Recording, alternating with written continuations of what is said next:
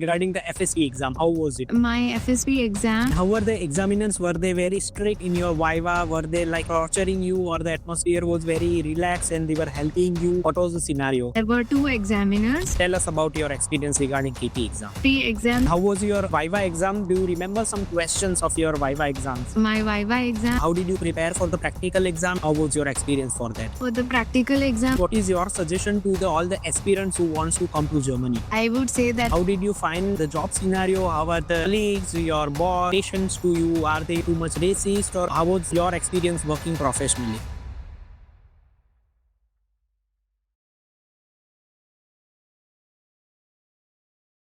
Hello everyone, this is Dr. Swapnil Chandratre here. Today we have a special guest. He has cleared her FSP and KP exam both in Germany now. Let's get some information out of her. Please, doctor, introduce yourself. hello everyone, this is Ramya Chintakindi. I am from Hyderabad in India. I've done only my bachelor's in Hyderabad, and I've moved to Germany in 2020 and then moved back to India for 1 year and then started my process in 2022, almost 23 January, with the processing, documentation and everything. And then I cleared my KP now in 2025. That's good to hear. First of all, congratulations for finishing the process in Germany. Please tell us about your journey. How was your experience, your exam experience at first regarding the FSP exam? How was it? My FSP exam took place in August 2023, for which I have prepared for a really long time because I was waiting for the exam date for almost 6 months. The exam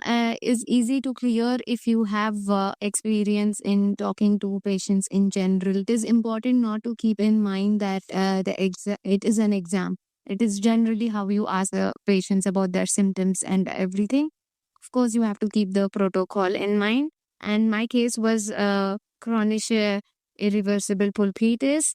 Apart from that, the patient also had some symptoms like Überempfindlichkeit and everything. And I addressed it during the questioning whether she takes any acidic juices or anything else. And that was what the examiner told me, that he liked that I addressed it. A lot of participants on that day had skipped that.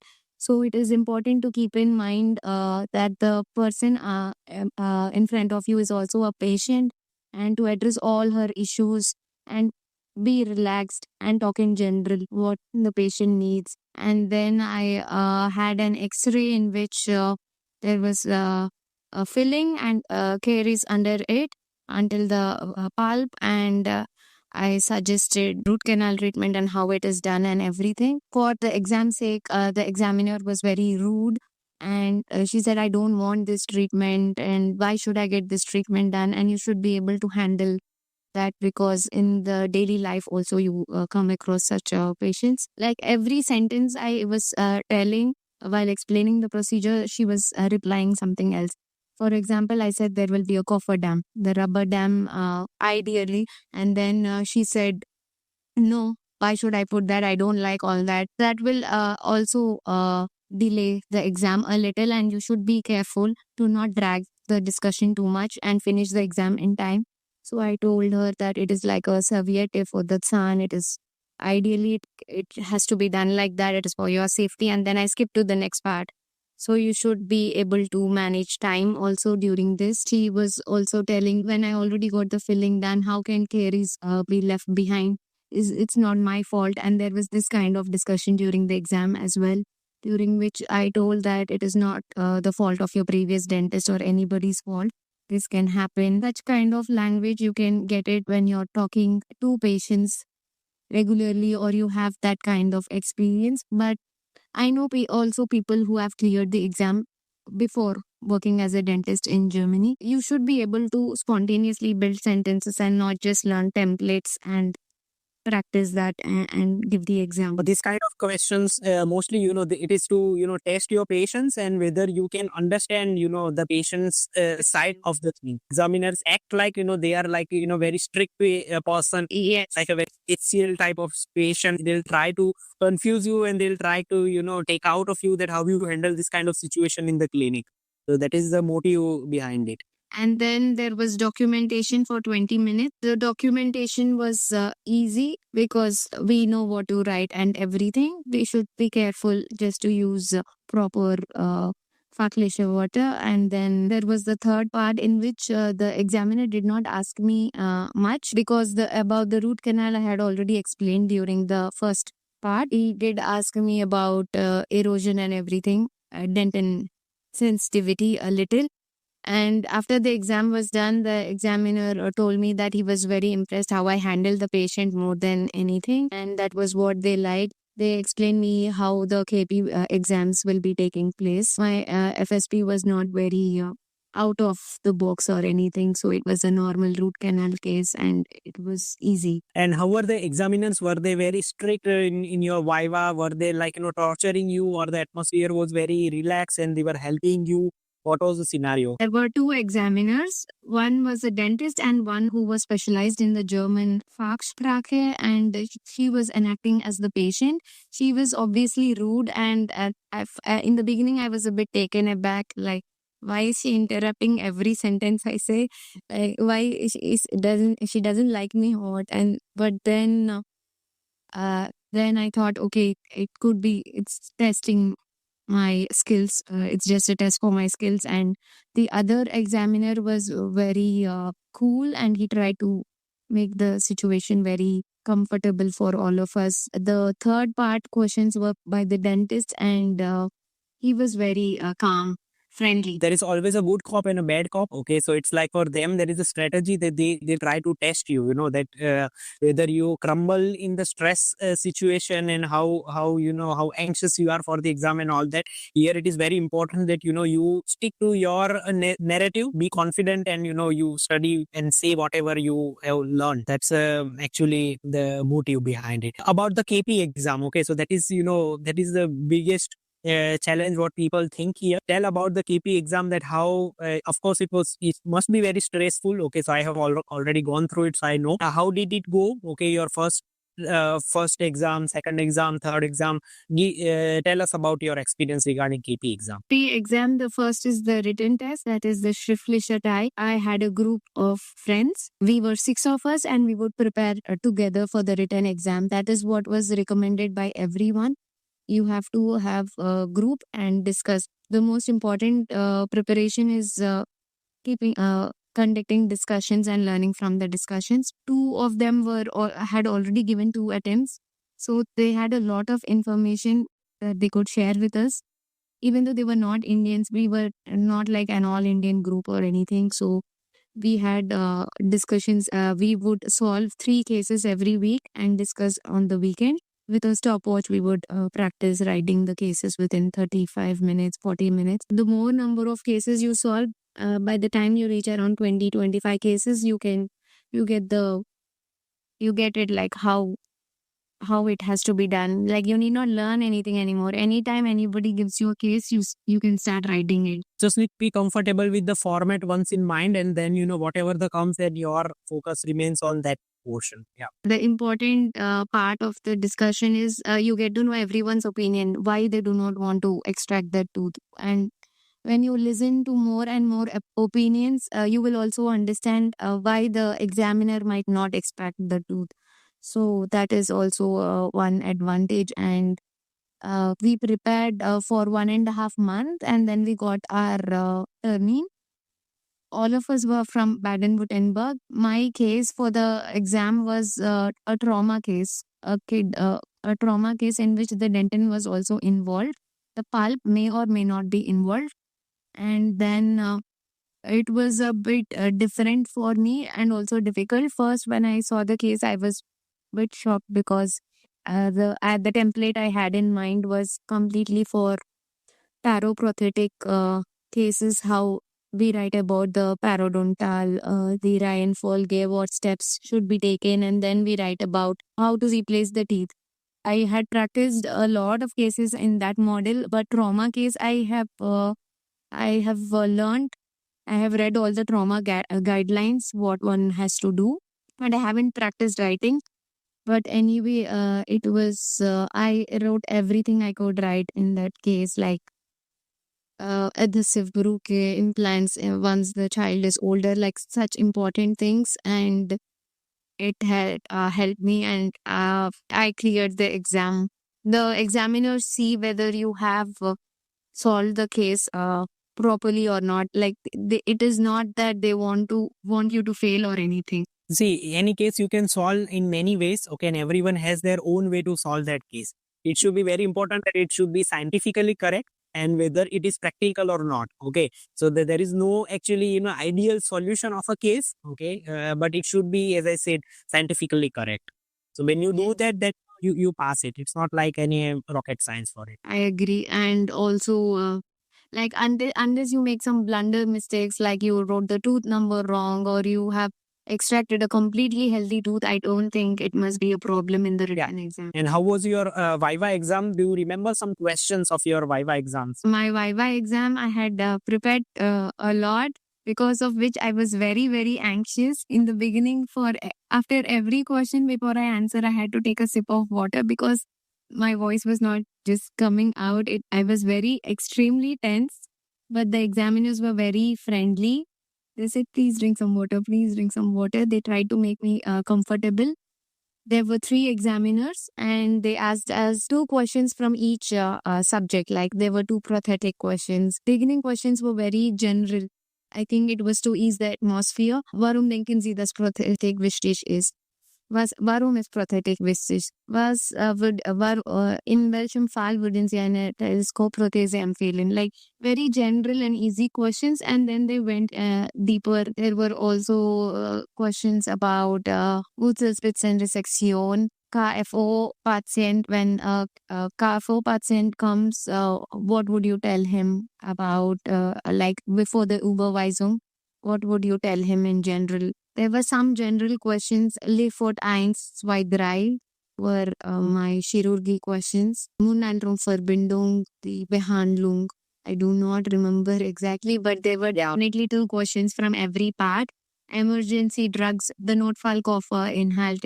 It's just more like a day-to-day stuff, that how you if anything happens in the clinic, how you maintain it, what is the basics of the thing, right? It's not like that some people have anxiousness that Viva exam it will be like histopathology of the tooth and pharmacodynamics of something and all that. I always tell them that it is never that in deep, okay. It is more about your day-to-day stuff, that what you do, okay? Yes. And it's not mostly too much difficult. It is day-to-day stuff. If you compare it with the questions in India, it is what we usually come across also in our books. Nothing very tricky or some entrance level exam or something. Then comes the last exam, the practical portion. How did you prepare for this practical exam? Most of the time, there is both in the Schriftliche Teil and both in this practical Teil, we always feel like, time is little bit short. We need to hurry up and plan it properly. Okay, so how did you prepare for the practical exam and how was your experience for that? For the practical exam, also the time factor was there, just like Schriftliche. I think the easiest of all 3 of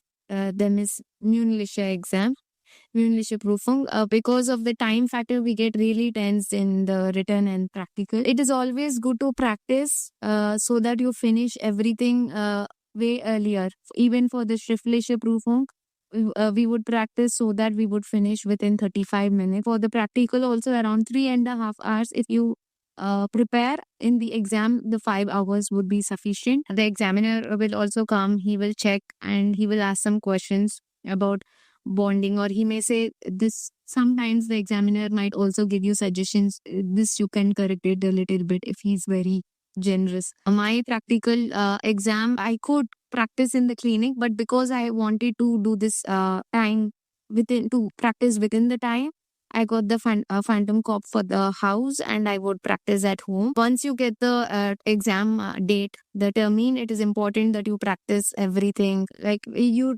start practicing rigorously and you should make sure that you finish within 3.5 hours. Once you do that, you can also be relaxed in the exam. Some of my colleagues had to repeat the Abdruck, the impression. Yeah. And for such things, it is important to have enough time. In between, did they call you for Viva or those Viva? Yeah. Yes, we had Viva. They asked us about Parochirurgy. They asked us what is the procedure to extract Fiat-2. And then he also asked us a demo of how you do the Einzelknopfnaht and Paro, which is the curate means. Right, right. That was, a big relief must be for you to clearing the KP exam, and now you must be feeling relaxed. Give us your suggestion to the all of the students regarding, it is more about not knowing the things. Okay, so exams, so they are, they are like there is so much rumors out there that the people are failing. That is not possible to pass these exams and all that thing. What are your thoughts on that, and what is your suggestion to the all the aspirants who wants to come to Germany? I would say that it is definitely doable. Like, I know a lot of people who have done it more than people who have failed. Like maybe they have failed in the first attempt or second, or it is rare that I wouldn't say like you just go without preparation and you will pass or something. You definitely have to put in a lot of effort. The months before the exam are the most important, and when you do what is required for the exam, and keep in mind to do it within time. Time is the major thing, which I found different from our exams in India, because it is different in India. We do not have a written exam which you have to write in 40 minutes or 45 minutes. So I think that is difficult for the aspirants that are coming here. And if you and of course in the beginning you will find it really difficult, the language. Otherwise, over a period of time, that is also not a hurdle. What about the job scenario? You are working in the clinic, right? So how did you find the job scenario? How are the colleagues, your boss, and patients to you? Are they too much racist, or how was your experience working professionally? My experience is different. I wouldn't say it is a completely positive experience. They are not racist, but definitely when they see you that you look young, they might think that you are so young. Did you really do the finish your exams or something? Can I get a second opinion from another experienced dentist in your clinic? And then it is again how you manage with your words. And some patients are convinced, some are not. I wouldn't say that is racist. Some patients definitely think maybe in India the studies are not enough, but once you have to be able to convince them that it is not different, and you have also proved that it is, yeah, the exams are equal. This problem what you are telling, no, so that happens with everyone. Okay, even though I have also faced it, and that is completely normal. That for that I can give you also the example. See, I used to have my own clinic in India, and I had one assistant dentist there. Okay, so for the patient who are accustomed to be treated by me, okay, when sometimes I refer them to do some fillings and scaling and all that stuff, they were also skeptical in the beginning. Okay, that's why I don't want to train how, I don't know how, you bring me to the boss and something like that. Okay, so that is the same thing which you face here. Okay, that until and unless you don't prove yourself in the beginning, you will feel little bit of skepticism above.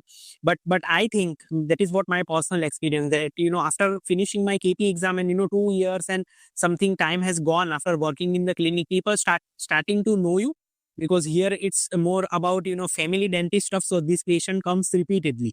Okay, so in the beginning, first time when they see you, they are skeptical. Second time when they see, if they have a good experience with you, then they are little bit positive. Third time, fourth time, other time, fourth time, they know that yeah, you are there. Okay, you are here for long. Okay, and then they start accepting you. So that's like time thing which you need to give here. No one is gonna any VIP patient will come and hug you and say that you do everything, all implants in my mouth. Okay, it's I, it is important to create a bond with the patient. definitely regarding the exam preparation and all that, you are with the family. Okay, so there are many people who will plan to come with the family and kids and all that. What do you say about it? Is how did you manage it? You are working also, you have prepared for the exam, you have family also. Is it possible everything, or is it too difficult? Ultimately depends on the timings and how you have to you would like to manage. Like if the kid is very small, like in my case, he was just 10 months when I started the FSP journey, and then over time now he's 3 years so it took around 2.5 years. For me, it was important that I was also there for him, but I also wanted to have the clinical experience, because that is also that will help you indirectly in the exams. There is a lot of practice that you have to do on your own at home. I would work 2 days a week, and 3 days I would do my preparation in the morning, and from afternoon I would be there for him. So it is important. One thing that I really like in Germany is there is work life balance. If you're studying or working or anything, it is not like you have to stay in the clinic for a long time, and then you won't be left with time for anything else. So there is work life balance, and that will help you for your preparation also. If you're working full time and you are preparing for your exams, that is also possible. And with kid also, it is difficult, but you will figure out your timings, at what time he's sleeping or he has playing time, and then you can. Also, the Kita system also helps kindergarten. That gives us also the time to prepare for the exam. Yes, he would be in the Kita until 2:30, and I would study in the mornings, and from 2 o'clock I would be with him. So it is not like you neglected anything. It is a very balanced system. Good, doctor. Thank you very much for sharing your very useful experience. I hope that many of the aspirants have found a lot of guidance and it will help them to prepare. If you also have more questions, then you can contact me. The link is in the description box. Till then, have a nice day.